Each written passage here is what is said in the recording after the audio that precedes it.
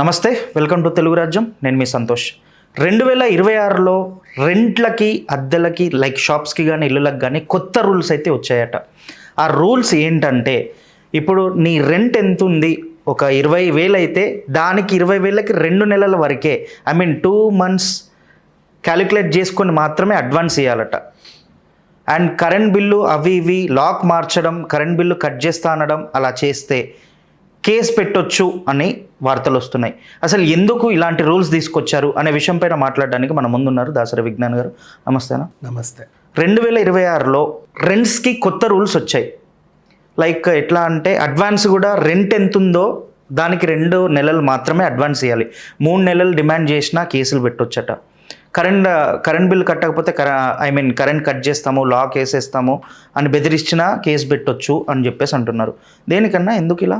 ఇది కొంచెం లెంతీగానే వస్తుంది. ఓకే, చాలా అంశాల నుంచి చెప్పాల్సి ఉంటుంది. ఈ రూల్స్ చూద్దాం. డిపాజిట్ 2 నెలల అద్దె మాత్రమే ఇవ్వాలి. సచ్ ఎ బ్యూటిఫుల్ రూల్ ఇది. ఎందుకంటే బెంగళూరులో ఆల్రెడీ మన వాళ్ళు చాలా ఇబ్బంది పడుతున్నారు. సంవత్సరం పొడవునా రెంట్ తీసుకొని 1.5 month డిపాజిట్స్ తీసుకొని ఎందుకు నీ దగ్గర ఎందుకు పెట్టాలి రెంట్? అదేదో బ్యాంక్లో పెట్టుకుంటే వాడికి వడ్డన్న వస్తుంది కదా, నీ దగ్గర ఎందుకు పెట్టాలి ₹1,00,000? కమర్షియల్ కూడా అంతే, 3 months కంటే ఎక్కువ తీసుకోవద్దు. వీళ్ళేదో కమర్షియల్ అని చెప్పగానే 1 year lease, 3 years lease, 2 years lease. దానికి వాళ్ళ ఇదేంటంటే వీడు ఏం బిజినెస్ పెడతాడో, ఎత్తేస్తే రెంట్ ఇస్తాడో ఇవ్వడో అని చెప్పి అనుకుంటారు. కాబట్టి మహా అయితే 6 నెలల వరకు పెట్టుకోవచ్చు, అంతకు మించి అవసరం లేదు. ఓనర్స్ కూడా ఈ మధ్య 3 months డిపాజిట్ ఎక్స్పెక్ట్ చేస్తున్నారు. 3 నెలలు డిపాజిట్, ఒకటి రన్నింగ్ మంత్, మొత్తం 4 నెలలు ఇవ్వాలండి. ఎందుకు ఇవ్వాలి? నీకేమైనా పర్సనల్ ప్రాబ్లమ్స్ ఉంటే వీడి దగ్గర ఎందుకు వసూలు చేస్తావు? అవునా? నువ్వు ఓనర్వి, నీకే అన్ని కష్టాలు ఉంటే వీడు టెనెంట్కి వచ్చేవాడు, వాడికి ఇంకెన్ని ఉంటాయి? ఇలా ఇల్లు లేదు వాడికి, అదేదో వాడు ఈఎంఐలో ఇల్లే తీసుకుంటాడుగా.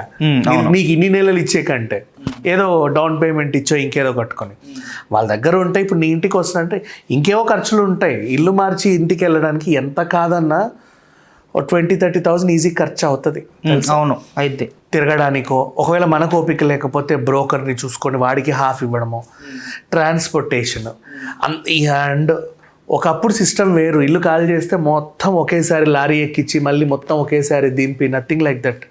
ఇప్పుడు ఎట్లా ఉందంటే, అందరి ఇళ్లలో మంచి మంచి సామాన్లు ఉంటాయి కదా, ఏమి ఎట్లుంటాయో తెలీదు.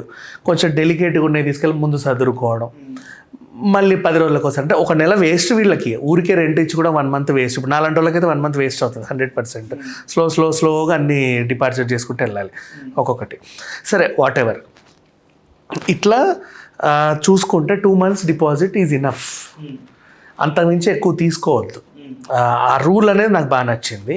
చెన్నైలోను బెంగళూరులోనే ఎక్కువ ఇబ్బంది పడుతున్నారు. బట్ మన హైదరాబాద్లో ఇంతకుముందు ఉండేది 1 month అడ్వాన్స్ తీసుకొని కూడా వెళ్ళిపించిన వాళ్ళు ఉన్నారు.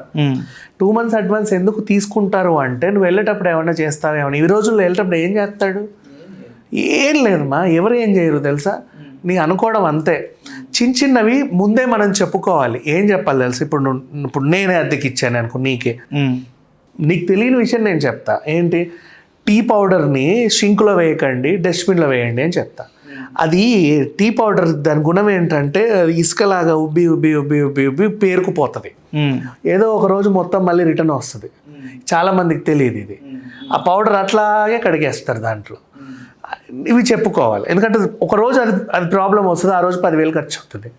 అదంతా మార్చుకోవాలి. నెక్స్ట్, సిలిండర్ ప్లేస్మెంట్ దగ్గర నువ్వు టైల్ మీద ఎక్కువ రోజులు పెడితే అక్కడ అది నువ్వు 3 months 4 monthsగా సిలిండర్ మారాలి కదా, అక్కడ ఆ మరక అలా పడిపోతుంది. ఆ మరక ఎంత తుడిచినా పోదది. అవును. ఆ టైల్ పీసే మార్చాలి కొన్నిసార్లు. నీకు అది అలాగే నీట్గా ఉండాలంటే దాని బదులు ఒక చిన్న మ్యాట్ వేసుకొని సిలిండర్ని పెట్టు అట్లీస్ట్, లేదా దాని స్టాండ్ కొనుక్కో, ఆ గీరలు ఏదో ఒకటి. And fridge or sofa or whatever కింద డైరెక్ట్ పెట్టేవి ఇంతే గ్యాప్ ఇచ్చి పెట్టే ఉంటాయి, అలా ఉండొద్దు. దానికి ఒక స్టాండ్ ఇవ్వు, రోజు తుడవచ్చు, ఊడవచ్చు. నువ్వు ఖాళీ చేసేటప్పుడు ఆ బీరువా జరిపితే అక్కడ మాత్రం నల్లగా మచ్చ ఉంటుంది. అది ఎంత దోమినా పోయేది అసలు. మరి నెక్స్ట్ వచ్చాడు అక్కడే ఫ్రిడ్జ్ పెట్టుకోవాలని లేదు కదా, వాడి ఇష్టం అది. ఇల్లంతా ఒకలాగా ఉంటే ఆ మచ్చ ప్లేస్ ఒకలాగా ఉంటుంది.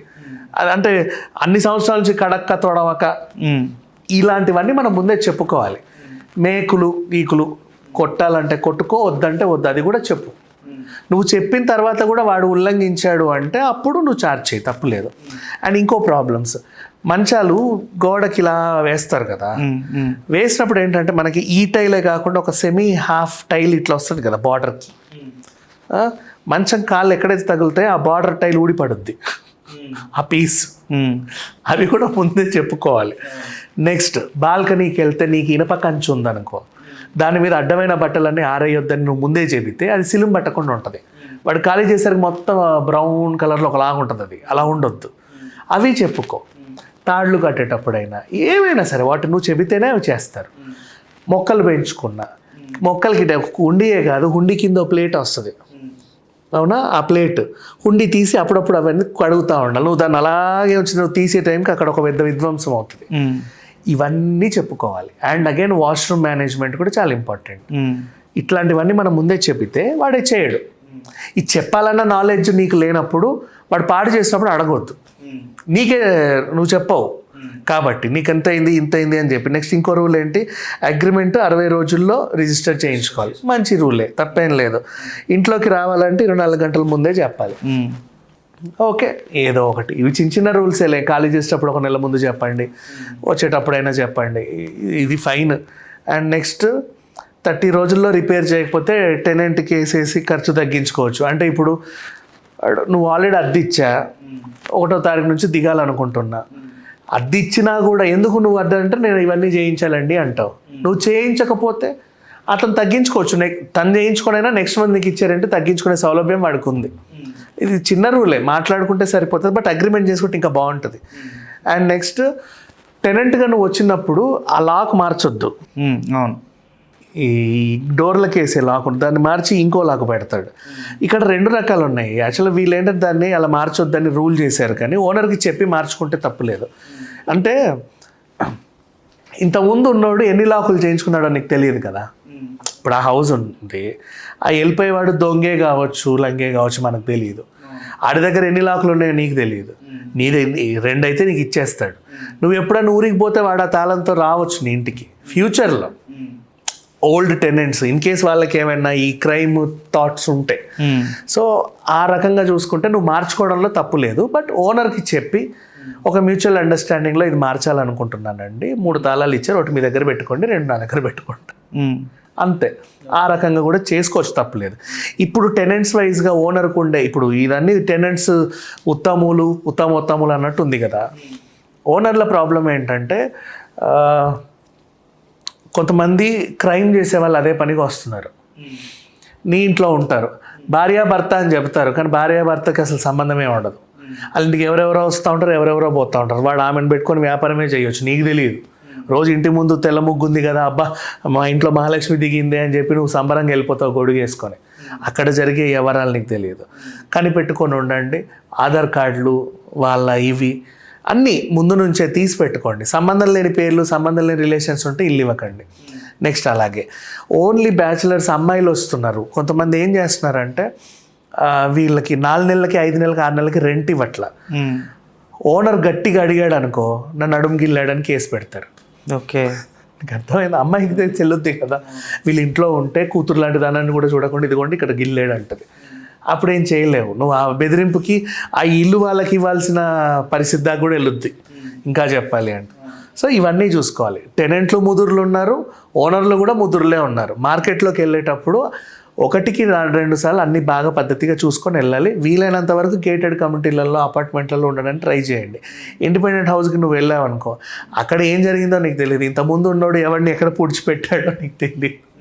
నువ్వు వస్తావు దృశ్యం సినిమాలో పోలీస్ స్టేషన్ మారినట్టు, ఎప్పటికీ ఏం జరుగుతాయో తెలియదు కదా. ఈ రోజుల్లో క్రైములు పెరిగిపోయాయి. అందరూ క్రిమినల్స్ అంటే కాదు, బయటపడితే మనకి విచిత్రమైనవన్నీ తెలుస్తున్నాయి. మొన్న మా ఆవిడ కూడా కూతురు చంపిన ఆవిడ మంచం కింద, సంవత్సరం నుంచి మంచం కిందే ఉంది, తెలియదు ఎవరికి. ఆ రకంగా ఇంట్లో కూడా కొత్త కొత్త కట్టడాలు ఉంటాయి సంబంధం లేనివి కిచెన్లో. అది రాయో సమాధో తెలియదు మనకి, దాని లోపల ఏమో ఉందో. సో 1కి 2 సార్లు అన్నీ చూసుకొని ఇల్లు మారితే బెటర్. అప్పటికి వీలైనంత వరకు కొంచెం పాత అపార్ట్మెంట్లే అనుకోండి, పాతవే, అందులో ఎప్పటి నుంచి 20 ఏళ్ళ నుంచి 30 ఏళ్ళ నుంచి ఉన్న వాళ్ళు ఉంటారు, పాత వాచ్మెన్లు ఉంటారు, కాబట్టి వెళ్ళండి హ్యాపీగా. కొత్తగా తల మెరిసింది కదా అని వెళ్ళకు, ఏమో చెప్పలేము. అందరూ కొత్తగానే కదా అక్కడికి వచ్చేది. ఎప్పుడేం జరుగుతుందో తెలియదు. కొంచెం పాతవనుకో, ఇప్పుడు ఆంధ్ర నుంచి వచ్చే వాచ్మెన్లు ఉంటారు 20 ఏళ్ళ నుంచి అక్కడే ఉండి, వాళ్ళ ఆవిడ 20 ఏళ్ళ నుంచి అందరి ఇళ్ళలో పనిచేసే వాళ్ళు ఉంటారు కదా, వాళ్ళకి అన్ని చరిత్రలు తెలుసు. ఏమండి ఇది పర్లేదంటే పర్లేదండి మంచిదే దిగండి, వాడికి కూడా ఒక ఇల్లు దొరుకుద్ది కదా అన్న ఆశతో ఉంచుతారు.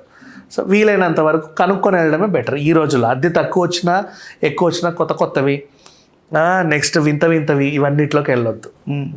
రైట్. కొన్నిసార్లు ఓనర్లే క్రిమినల్ అయి ఉండొచ్చు. ఇప్పుడు నాదే ఫ్లాట్, నేనే అందరిని పాతిపెట్టి 4 పిల్లర్లు కట్టేశా. నాకు ఇక్కడ ఉండబుద్దా అట్లా రోజు పిల్లర్లు గుర్తొస్తున్నాయి, మరి రాత్రిపూట నీకు అద్దెకి ఇచ్చేస్తా. నీకు తెలియదు ఏ పిల్లర్లో ఏముందో, ఏదో రోజు ఏదో చేద్దాం అనుకుంటే అది కూలితే చెయ్యి వస్తుంది బయటికి, ఇట్లా అప్పుడు ఉంటుంది. సో వద్దు, మనకి 1-2 సార్లు చూసుకొని వెళ్తే బెటర్. రైట్. థ్యాంక్ యూ అన్న, thank you so much. Hello, Telugu రాజ్యం ఛానల్ చూస్తున్నారా? సామాజిక రాజకీయ జీవన చిత్రణే తెలుగు రాజ్యం. అతిశయోక్తులు అసత్యాలు ఉండవు. రాజకీయ కోణం కాదు, ప్రజా కోణమే కొలబద్ద. తెలుగు రాజ్యం వీక్షణ మీ ఉత్తమ అభిరుచికి నిదర్శనం.